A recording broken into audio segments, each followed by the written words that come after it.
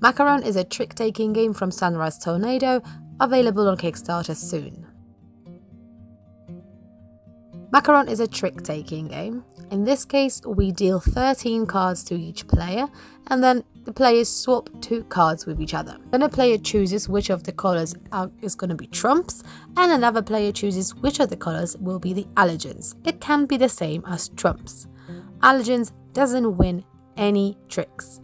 However, card number 2 denies that rule. When it comes to trumps, they win every trick. If you win a trick, you get a box, but if you win a trick with a 1, you get 3 boxes.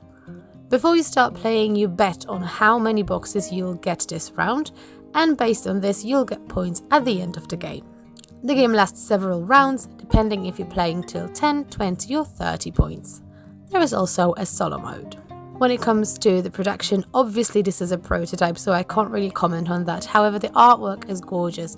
I love the little macarons, I love the pastel colours, and I really hope they'll stay this way. That's not much going to change over there. However, Matt had a little trouble distinguishing the green tea from pistachio just purely by looking at the macarons, but the cards themselves do have a different colour, so he just needs to look a little bit closer. When it comes to replayability, the game has a ton of it, because for more players we get new flavors of the macarons as well, so new colors, so more cards.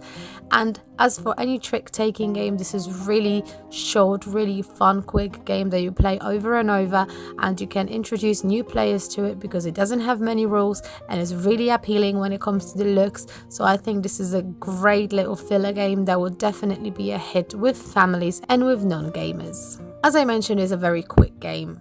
Macaron plays in about 5 minutes per round with 2 of us, so we usually spend about 10 minutes playing the whole game with the setup and with the clear up. So it's really short, really good filler game, but it's also quite a strategic one, because when you're betting on how many tricks you're going to win, you do have to think about your hand, you do have to think about your opponent's hand, you do have to predict, and obviously you want to play the way to you win the tricks you've bet on. You don't want to win more or fewer tricks than you've bet on, because then you're losing points. So it's a good sort of strategy there that you have to actually think about your moves, think about the cards you play, and try to win as many as you've bet.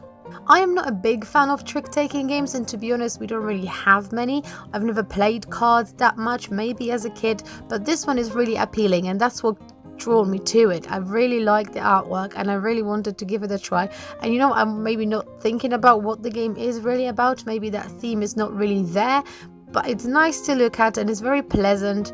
And I think I don't look for more in these sort of games than for something quick, something pretty, and something that I can pull to the table and have it done in 10 minutes and have a little warm up before a bigger game night, or just as a cool down after, or maybe even in between. Macaron is a pretty quick and engaging game. Looking forward to the Kickstarter.